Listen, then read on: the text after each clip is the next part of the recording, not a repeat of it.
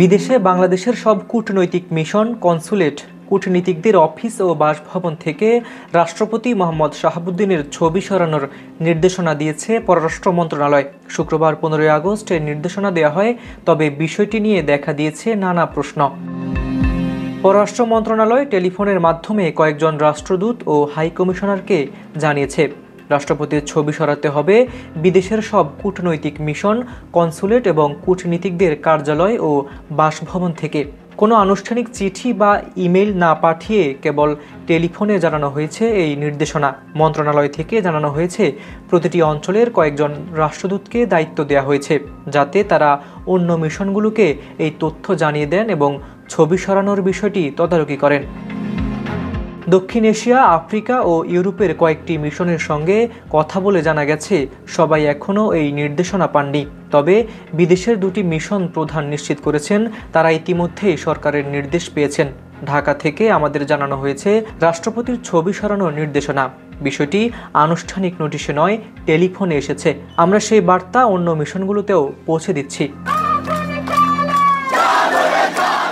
এমন সময়ে আলোচনায় এসেছে জুলাই সনদ, যেখানে রাষ্ট্রপতির ক্ষমতা ও অপসারণ প্রক্রিয়া নিয়ে কিছু প্রস্তাব রাখা হয়েছে।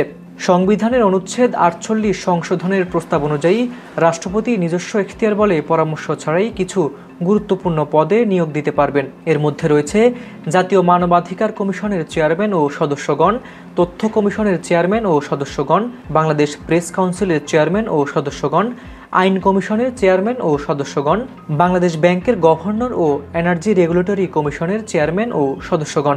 এ প্রস্তাবে 31টি দল ও জোট একমত হয়েছে।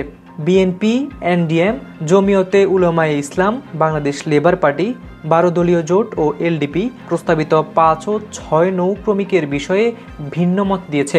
বাংলাদেশের কূটনৈতিক প্রোটোকলে রাষ্ট্রপতির ছবি সরকারি অফিসে টাঙানো দীর্ঘদিনের নিয়ম, কিন্তু ছবি সরানোর নির্দেশনা এবং জুলাই সনদে রাষ্ট্রপতির ক্ষমতা বৃদ্ধির প্রস্তাব, দুই বিষয়কেই এখন রাজনৈতিক মহল একই সাথে গুরুত্ব দিয়ে দেখছে। রাষ্ট্রপতির ছবি সরানোর নির্দেশ কতটা কার্যকর হবে এবং জুলাই সনদের আলোকে ক্ষমতার ভারসাম্যে কী পরিবর্তন আসবে, তা এখনও স্পষ্ট নয়। মুকিতুর রহমানের রিপোর্টে হাবিবুর রহমান নিশান, খবর সংযোগ।